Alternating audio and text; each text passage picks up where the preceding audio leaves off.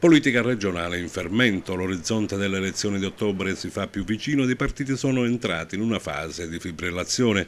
Nuove alleanze, rimescolamento di carte e revisione del quadro politico sono gli ingredienti del dibattito, mentre la Sicilia viene presa a pugni dalla crisi economica, con dati estremamente allarmanti e sconfortanti che non lasciano ben sperare.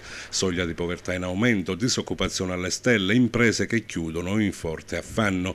In questo contesto di fine legislatura, a dir poco difficile, le forze politiche avviano la girandola di ipotesi di aggregazione e di posizionamento. La coalizione che fino a pochissimo tempo fa ha retto il governo regionale ormai sembra essere andata in archivio ed i partiti lavorano alla prospettiva di nuove intese.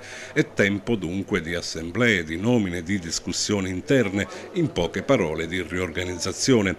Domani a Palermo assemblea dei quadri dirigenti di Futuro e Libertà, dove si parlerà di alleanze e di candidatura alla presidenza della regione.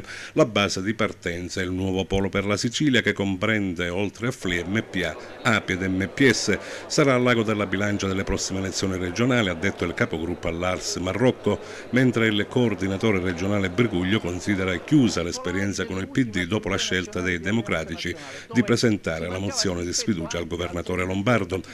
Niente alleanza con il PD ed allora apertura all'area moderata, come sottolinea il deputato agrigentino Luigi Gentile, per il quale occorre guardare con attenzione, senza preclusioni di sorta, alla proposta politica e ai movimenti che caratterizzano l'ampia zona politica che accomuna le forze moderate e che si riconoscono in un progetto unitario riformista e di rilancio.